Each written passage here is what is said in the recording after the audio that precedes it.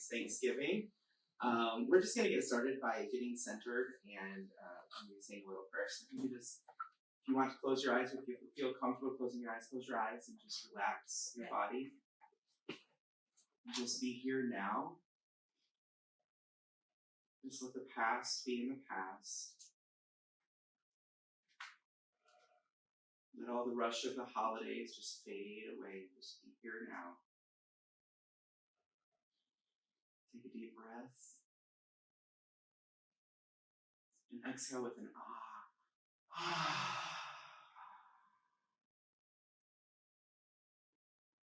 Another deep breath.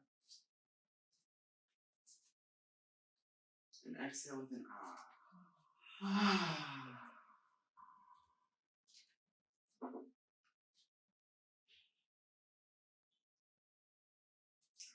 Just get started.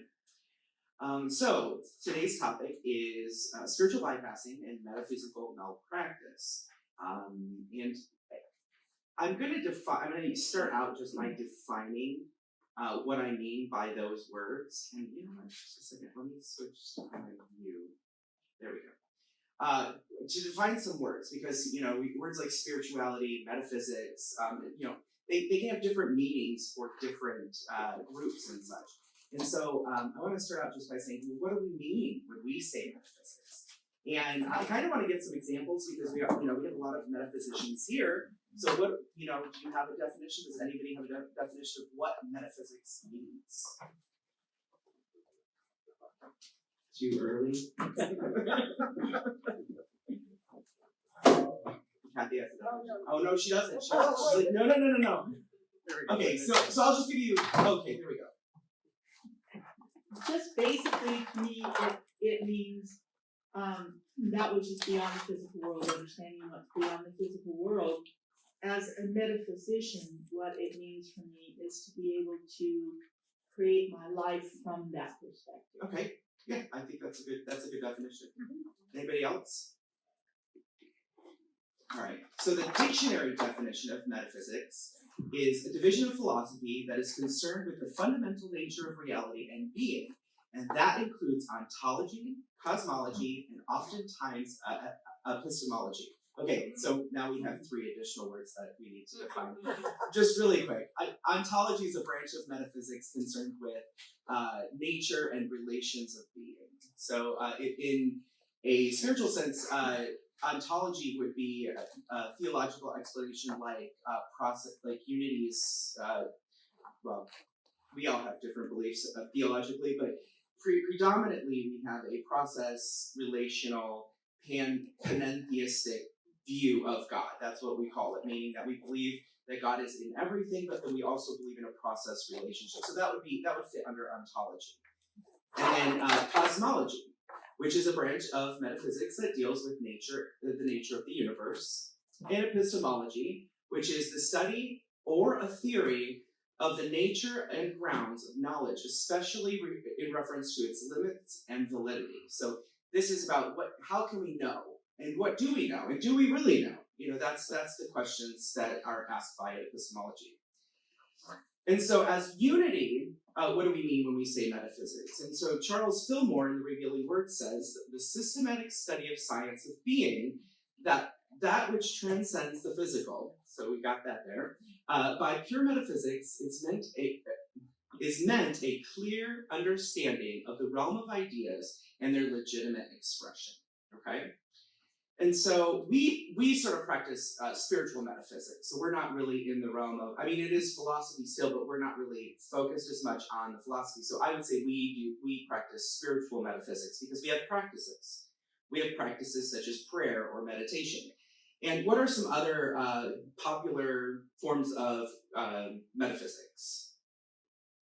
I know you guys know, like maybe the Abraham Hicks, science of mind. Are there any others that people are aware of? Yes, that's actually the one I was looking at, and he was like, I know you know this. A Course in Miracles. In New Thought is pretty much spiritual metaphysics. The sort of like umbrella, which sort of includes all of those things. And so in spirituality, I kind of wanted to define this as well from the Fillmore's perspective.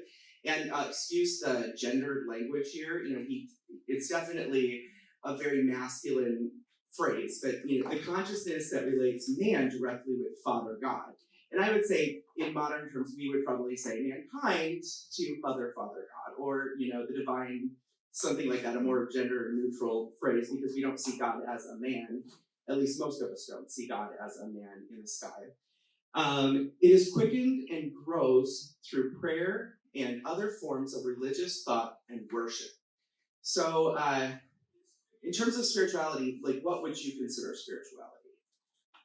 Or practices? I mean, if you have practices associated with spirituality. Like meditation. Meditation. I know Abraham has a lot of different practices. Perhaps ritual as well. Ritual? Yeah.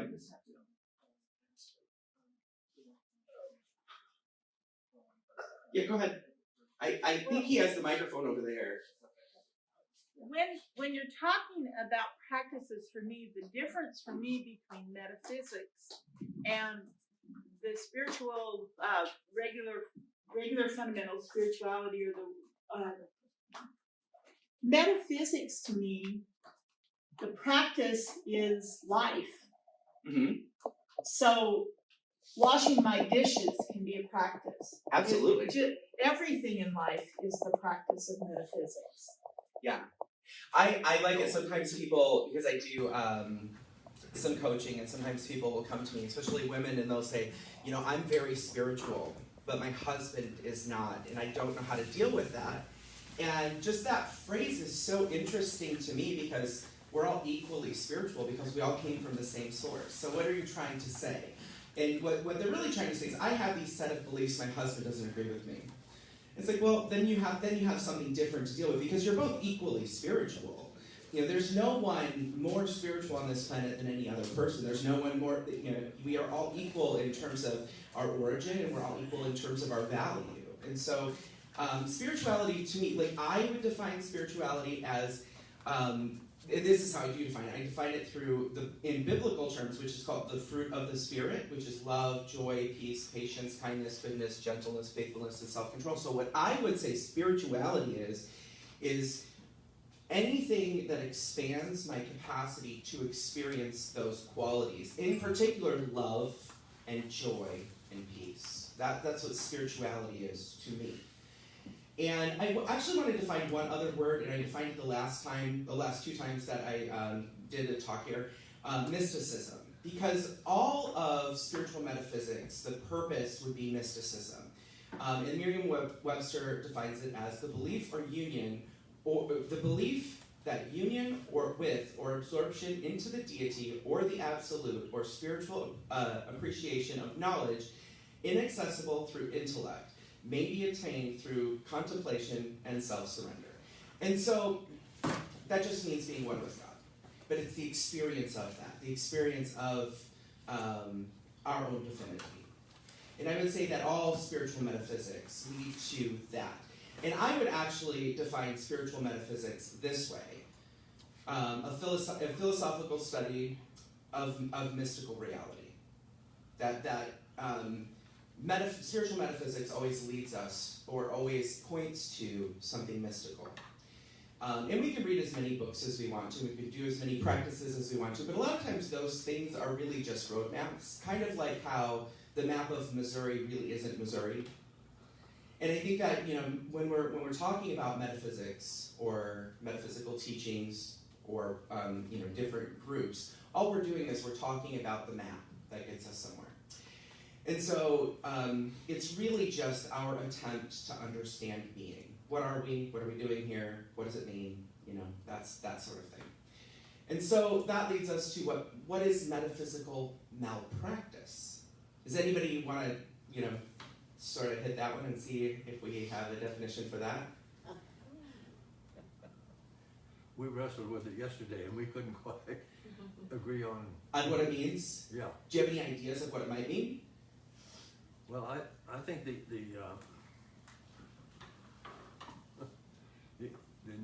appreciation of,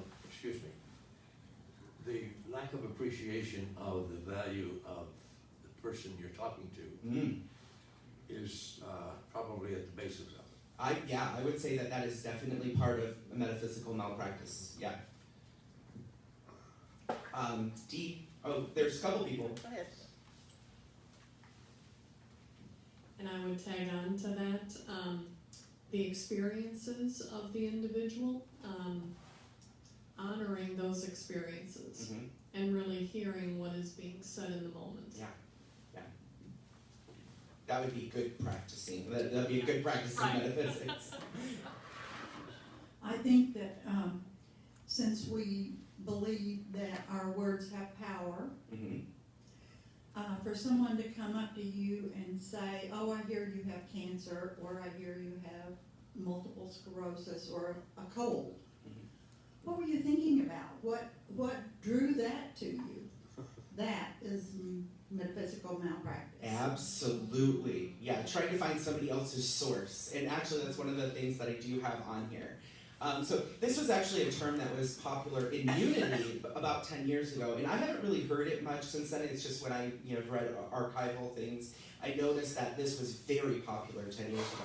It's older than 10 years because I found an article within the Unity movement from, I believe, 25 years ago, and it was talking about the third principle and how people will use the third principle to, identify, again, the source of another person's challenge. Like, well, your thinking patterns created this. And what they were saying is that they were talking about how people have a tendency to experience New Age guilt, which is a slide that I have later, but we might as well talk about it now. And New Age guilt is when people feel guilty for creating their experiences if they were negative.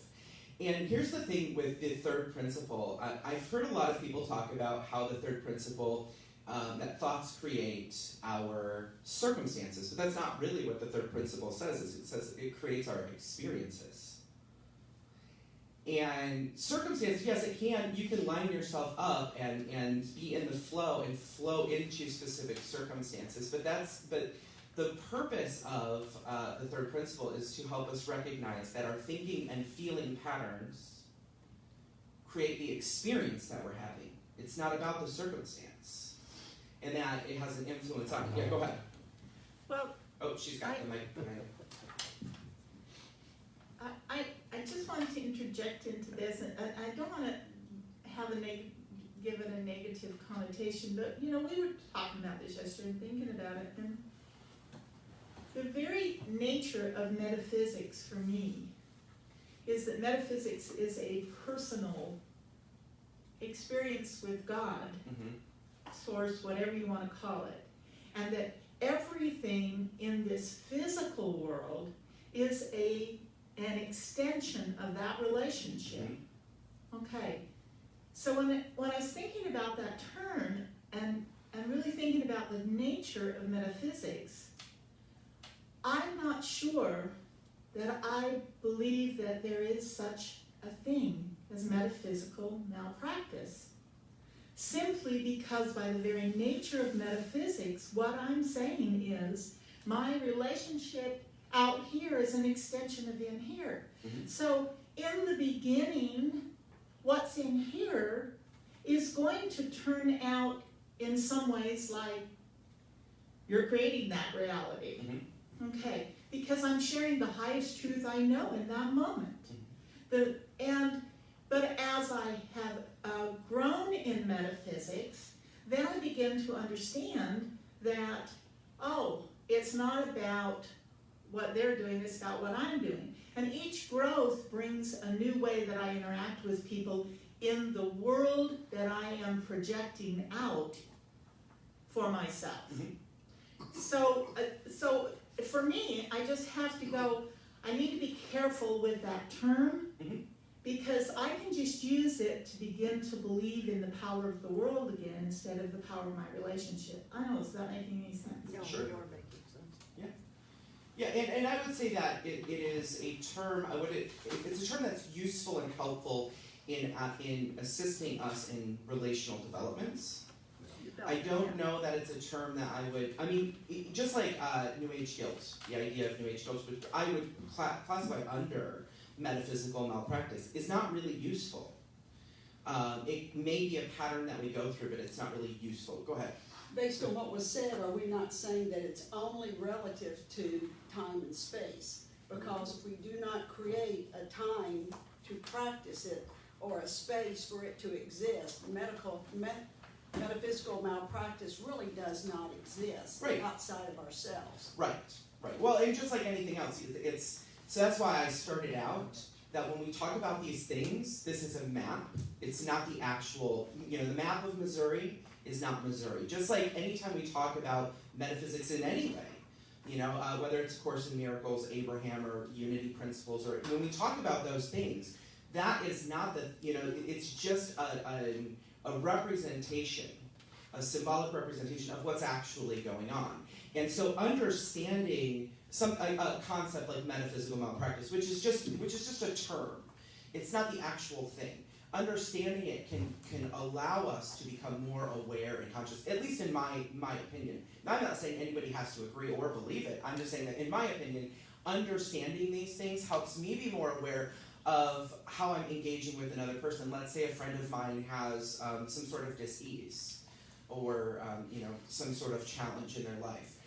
I'm understanding this is helpful for me to not throw out, we create our own reality, and what were you thinking prior to this that caused this condition for you, or even to go there in terms of criticism and judgment. And actually, there's a scripture that I'll eventually get to in the Bible that talks about this. But we'll continue. Using spiritual. We kind of already went through this, but using spiritual. Oh, go ahead.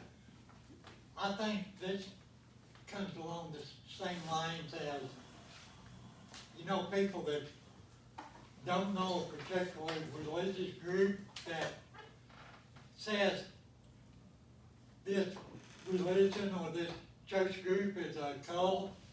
If they don't really know all the facts about the religion and the practice that this church has, then that's a form of metaphysical malpractice too. Yeah, and I would say, just using using spiritual metaphysics to describe another person's lived experience or the attempt to change another person. Has anybody tried to change other people? Well, I used to do that all the time. You were able to do it? No. Oh, I was going to say, you just tried. I know some people will come to me, they want to change their spouse. I already kind of talked about that one. Or they'll want to change their children. I could scare them for a while. You what? I could scare them for a while. You can scare them for a while. Yeah, that is true. Or guilt them enough. They change for a while. Some people have really grand ideas, like they want to change the world. And I'm like, whoa, I have a hard enough time just changing myself, and that's the only person I really can change, let alone changing anything else. So I think that, that's another thing. I also think I was thinking about this morning, so it's not on the slide, but under metaphysical malpractice, understanding whose reality we're living in, which is a big one these days because we all carry around, most of us carry around a device that has a lot of other people's reality on it.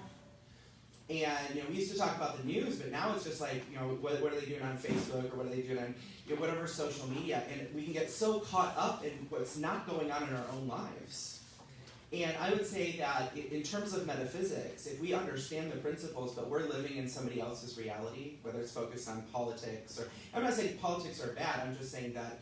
How is it consuming our lives? I would say that if we understand the principles of spiritual metaphysics, but we're actively engaging that, trying to use metaphysics to shift that reality, it's probably a waste of energy as well. I like one of the things that Alan Cohen said, where he said that the news is really just the proctological exam of the world. I've always loved that statement because we're always looking at what's leaving. We're always it's always the negative that the news is focused on. And I'm not saying that it's not important to know what's going on, but I just trust that the universe will let me know if it's relevant to me. I'll know what's going on. What's that? So metaphysics teaches me that watching the news and doing things from that position is trying to do it from the physical, and that's not going to work. However, I do believe I have the power to change the world. And this is why. As I resonate, I add to an energy of the energy that's going. Mhm. If I'm part of the energy of negativity, I am changing the world. I am part of that, and if enough of us do it, we're going to create a world with negativity. Yeah. If I focus on source and I use my metaphysical power to focus on the good and to focus on those things, I resonate that. I resonate to others that within others and help them to get closer to it. Then more people do that, and I believe metaphysics literally changes the physical world. Mhm. So I do, but it's just how you change the physical world Right. is different. So the way that I've always, like if I'm volunteering somewhere, if I'm doing something, the way that I've always phrased it is, I can't change another person and I can't change the world. I can only love them. I can change myself, and usually that means I have to let go of things like fear, worry, resentment, blame, guilt, criticism, judgment, desire for vengeance, jealousy, envy, all of those patterns that are inconsistent with my own personal experience of life, that are inconsistent with love, joy, and peace, right? So I can love the world, and I know that love will change the world because I've observed that in my reality. I've heard stories about other people doing that. So yeah, I don't know. It's not my goal to change the world. It's really just my goal to understand how I'm engaging with the world. And if I'm engaging in a loving way, which is I think what you were talking about too, because you were talking about vibration and energy. You weren't talking about going and telling somebody, hey, you're misbehaving, you better behave better.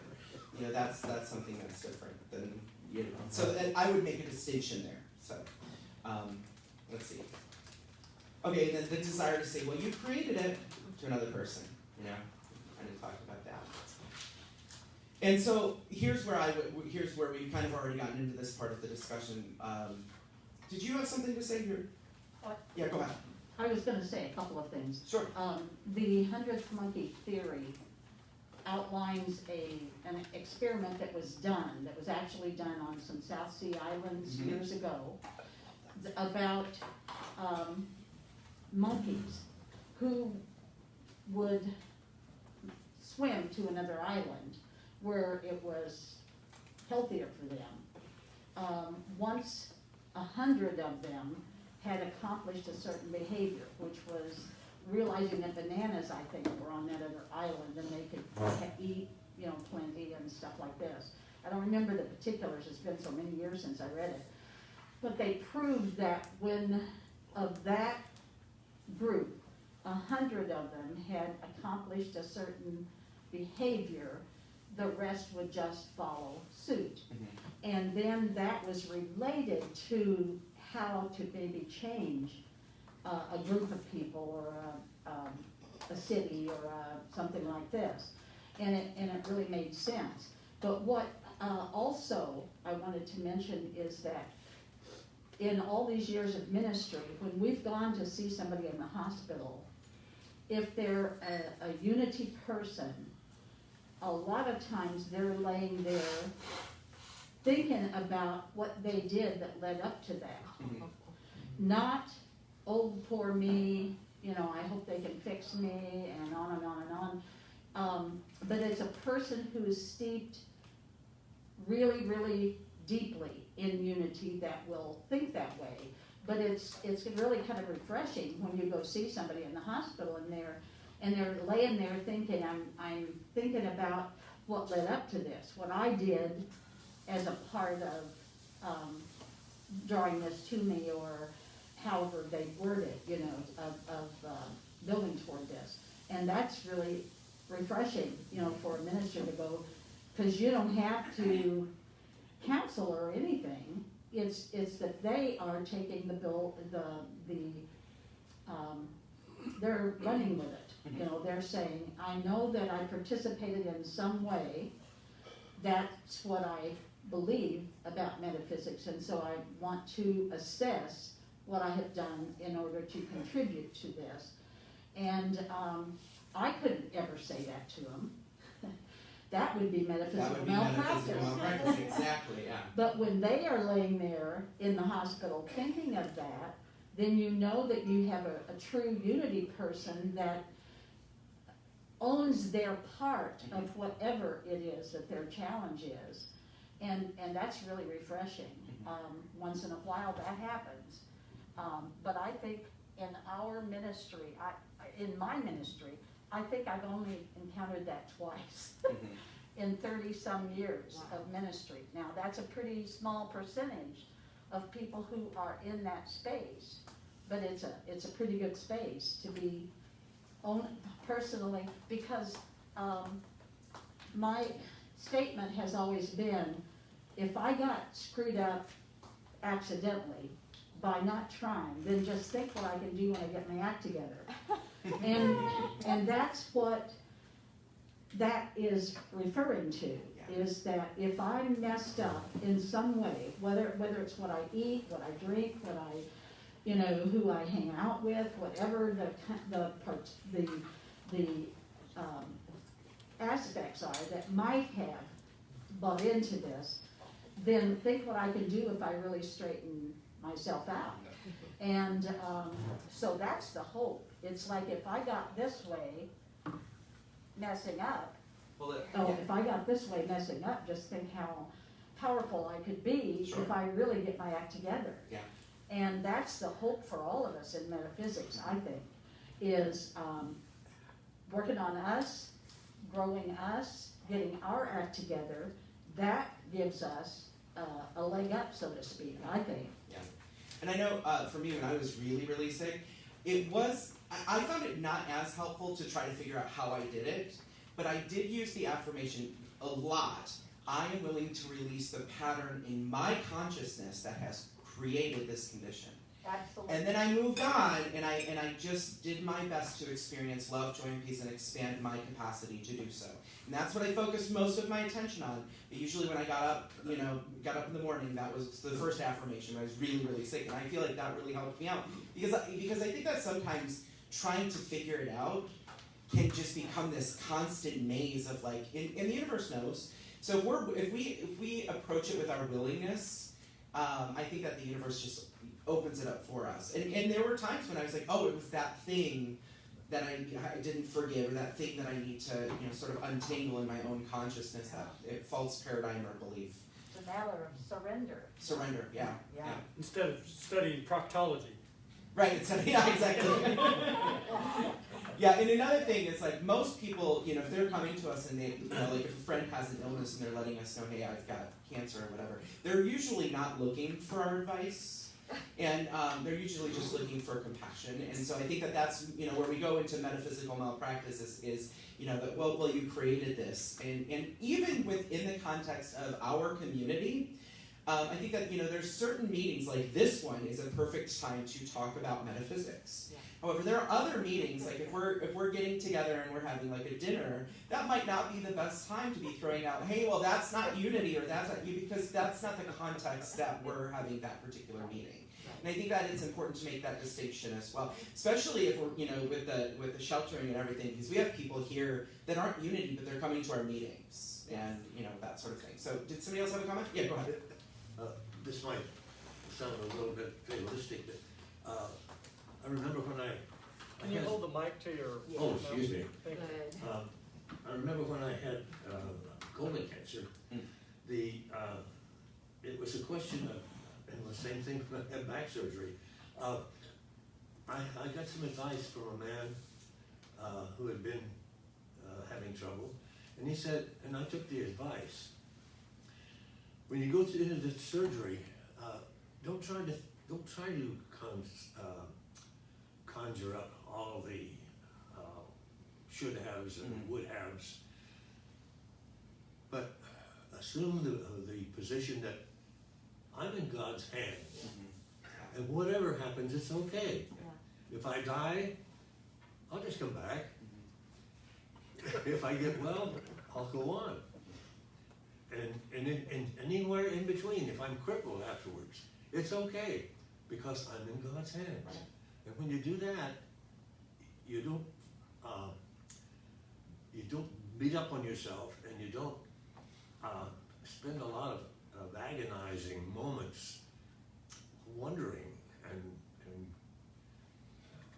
just being miserable. Mhm. It's just the principle of surrender. Right. Yeah. Yeah, that seems to be coming up a lot too. Yeah, surrender.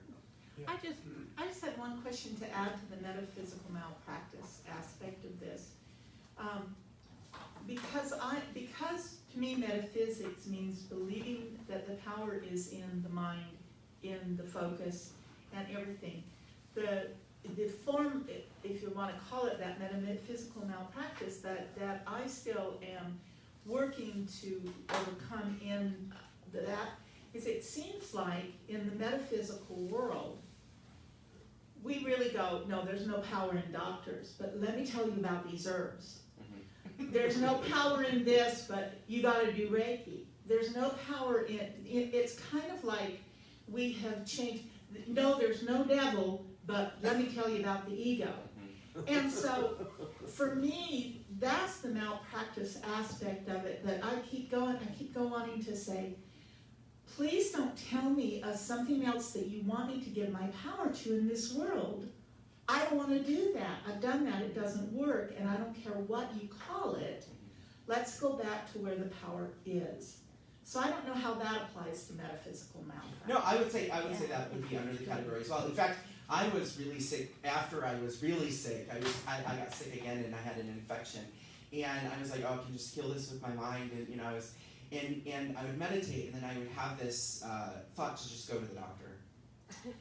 And I was like, no, that can't be right. And so for a long time, I was sick for probably a month and a half. And then I finally just went to the doctor and got a prescription and was better in 3 days. Because the Spirit was telling me to go to the doctor. Yes. You know, we want to put sort of like spiritual metaphysics into categories. It's like, well, it has to be this way. You know, this person was healed without a doctor, so this person must be the right path. We all have our own path. And that's what malpractice is to me, is when we start assuming that my path is your path, or that my past path is my current path. Yes. You know, because in the past I did use, you know, it was all about my mind. When I was really sick and almost died, that was all about my mind. However, this infection, it was about a prescription, because the Spirit was teaching me something that, you know what, that's fine too. You know, how your path to healing, your path to wholeness is varied. And it's multiple different experiences. At least that's my perspective. So and I would have considered that metaphysical malpractice on myself, because I was using my past to dictate what my present experience was, rather than just listening. What is the Spirit telling me, or what is my higher self telling me, or whatever word you use for that. So, yeah, let's see. Okay, what is the difference between victim blaming and compassion? And I have a quote from Jesus here. Or a story. As he walked along, he saw a man blind from birth. His disciples asked, "Teacher, who sinned, this man or his parents, that he was born blind?" And Jesus answered, "Neither this man nor his parents sinned. He was born blind so that God's work might be revealed in him." So how would we relate that to everything that we were just talking to? Does anybody have a comment to that? And it's this idea that we have to figure it out. Yes. We have to figure, where's the sin? And there's this assumption that we would have the power to cause something, Right. you know, Right. which we may or may not have, ever. Yeah. And wouldn't it be interesting that if we're facing a challenge, that we just realize that, oh wait, this is God's might being revealed in me? Wouldn't that be, you know, oh, I have this challenge that I'm facing. This is the opportunity for God to be made manifest in my life and in my experiences. Yes. Go ahead. Oh, microphone. I keep forgetting.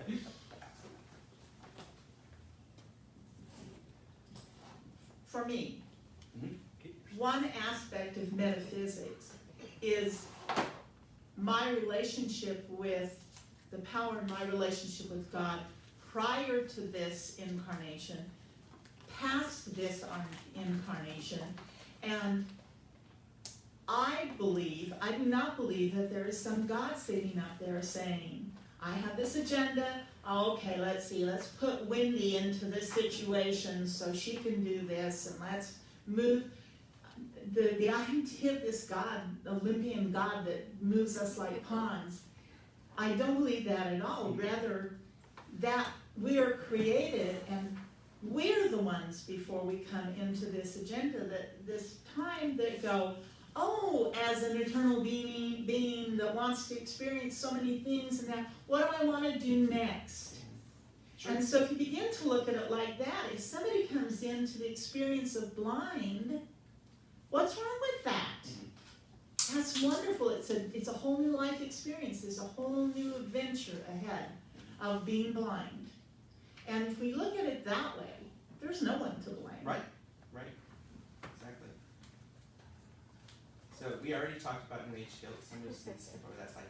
Okay, and then I would also classify spiritual bypassing, even though it sort of came about, I believe, before the term metaphysical malpractice, but I would put it in the category of that. And has anybody heard the term spiritual bypassing?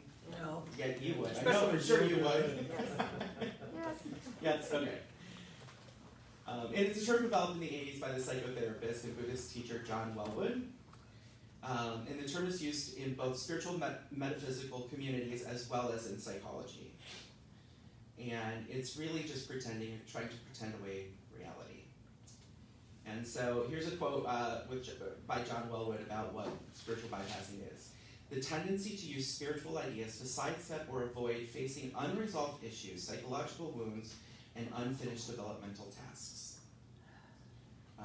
So yeah, does anybody have a comment to that? Like maybe the...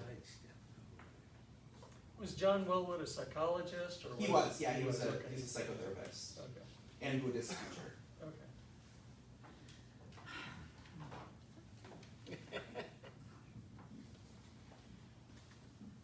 Okay, my challenge with this is, I could probably teach psychology, but in metaphysics, psychology doesn't get me very far. It's the hard road. So, the sidestepping is if I say everything's fine, but I continue to think the same way, and I continue to have a consciousness, I continue to support a consciousness that's the same. But the idea of, most of the time when we see sidestepping, what we say is you need to do something. And we forget that what you need to do is change your consciousness, not study psychology and apply psychological things and rip your guts out and lay them on the table. You just need to do the work to change your consciousness. That's how I feel. Okay, so technically, the study of psychology is a study of metaphysics. Okay, because it's the study of the mind. So that actually they came from very different. The father of psychology being, that goes back centuries too. But it's Plato, and it had a lot of warped ideas that have been, that people have been trying to get through. And the way he was describing this, what I liked about it, and it reminded me of what Wendy was saying, which is that it's when you replace something, you try and change it when you really haven't changed it, you just put another name on it, and which, we're often we tend to do that. So. Oh, absolutely. And I've seen sidestep used in my life, and I've said it myself based on my experience. Well, spiritually, it doesn't really matter. So I'm just not going to take responsibility because it doesn't matter. And I forget to learn the lesson that's being presented to me.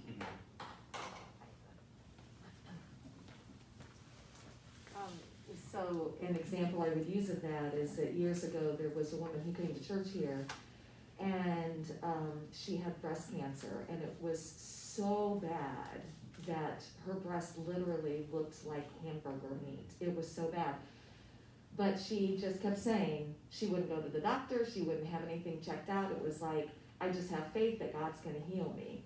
And she died, which that was her journey. But my point being that had she maybe opened herself up a little bit more, she maybe could still be here, So to me, that's sidestepping, like, I'm just gonna if I just don't give this any energy, even though it's to this point. And it's kind of like what you just said, with going to the doctor and getting that antibiotic. Yeah, my mind's gonna heal me. And it's And the different antibiotic. for everybody, Yeah. and yeah, so, It is, absolutely. Yeah, we all have our own journey yeah. too. And just because something worked in the past does not mean it's gonna work today. Right. That's one of the mysteries of metaphysics too. Yes. There's this old saying, God helps them that helps themselves. And that's what you did, and that's what she didn't do, essentially. But I don't know what her guidance was, you know. We don't know that at all. But when I'm guided to do something, I feel like I do that. You know, that's part of my work here, is to follow through and do what I'm guided to do. If I'm not guided to, or if I'm guided to do something different, then that's my work.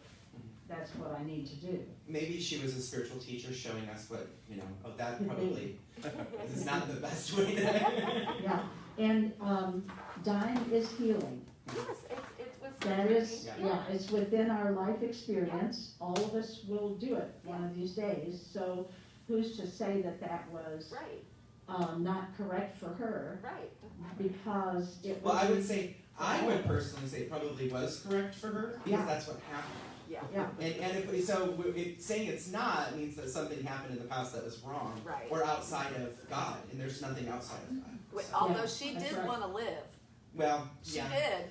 she's still alive though, I'm sure. Yeah, no, but I mean, she wanted to stay in the physical, so Yeah. that was the interesting part. That is interesting. There's a pattern in her consciousness, Yes. I would say that didn't. Right. Yeah. We have one over here. Right. Wendy, yeah. So in any situation like that, for me, the question isn't whether to go to a doctor or not to go to a doctor. If I'm by the spiritual bypassing aspect, it's not about whether to go and see something or anything, but it's rather to look into my life. And there's a Oriental healer, I don't know if he's alive, and it's Tanamaguchi or something like that or anything. And when people would come to him, he would just basically, like one man came to him with cancer and he just said, you need to go home and love your wife. And he went home and he was there for that, and he comes back and it's not healed and everything. And Tanamaguchi says, I didn't say you need to go home and tolerate your wife. I said you need to go home and love your wife. And so the spiritual thing, the bypassing, is not to look at the part of your life that's not in harmony, and then you can listen to your guidance to go to whatever physical remedy. But if you go to the physical remedy without first lining up the spiritual remedy, it doesn't matter. Right. It doesn't matter. May I? All this talk brings up a question in my mind. I've been suffering with acrophobia for all my life, really. Now, I haven't done a thing about addressing this. I've been living with it all my life. Have I been bypassing? Have you, I don't know, have you? I'm beginning to feel like I have. And what am I going to do about it? I would say look within, because that's probably where the answer And I have no idea how to address it, you Yeah. see? John, So do you bypass it? what is acrophobia? Oh, fear of heights. Ah. Yeah. Oh, you and I are in that together. Yes, many of us are, yes. It only matters when he wants to climb a ladder, and he climbs it anyway. So he climbs the ladder at age 90 anyway, the tall ladder to the roof. However, if it's, the only reason to address these things is when they become an issue. To say, I've got to be perfect is not what we're here for. right. Okay. I've escaped him. There you go. Yes. That brings up Go write a poem, Don. that brings up a very interesting point of our discussion here this morning. Who are we to say whatever malady another person is going through that they shouldn't be going through? It is a part of their journey. And in that journey, they learn certain things.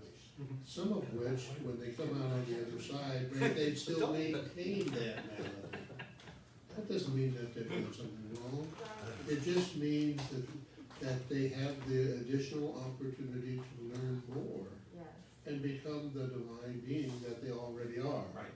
And everything has a purpose. There's nothing that's wrong with anything. It's the opportunity that it provides us to grow and to become that spiritual being that we've created to be, because we are spiritual beings. Yeah, period. And every single one of us has our own journey. Even Pat and I have our individual journeys, and if you would like to spend an hour or two, we'd be happy to share some of it with you. Only two? Oh, yeah. I would advise you that it would be a waste of time. Because you have your journey, and it's yours, and it's unique, and it's special. It really is. Your situation, I say I used a malady not meaning that it is a malady. Your situation is yours, and it's blessed with golden opportunities to really discover the divinity that is you. You know, it really is. Nothing is wasted. Thank you. Go travel with Paul, and he'll help you get over the acrophobia. Oh, It's true. He takes you up high in the mountains on cliffs and. yeah, I just like to, challenge you. I Scare guess. me. At Bridgeport, I was gonna say. I did. I kind of like to look at it as, the peeling back of an onion.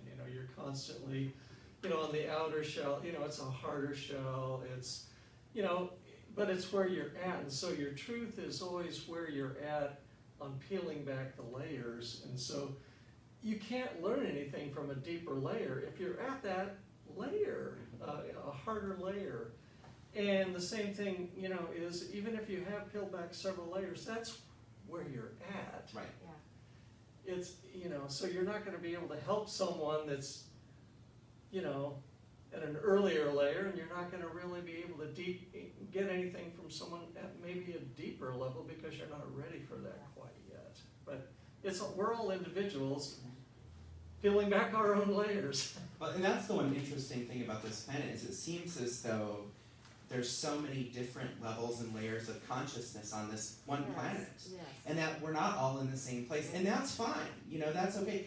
And I would say that, whatever pattern of consciousness created whatever thing that was right for that person. One of the things, there's a book called Love Your Disease, and I don't remember who wrote it, but that was one of the books when I was really sick I read.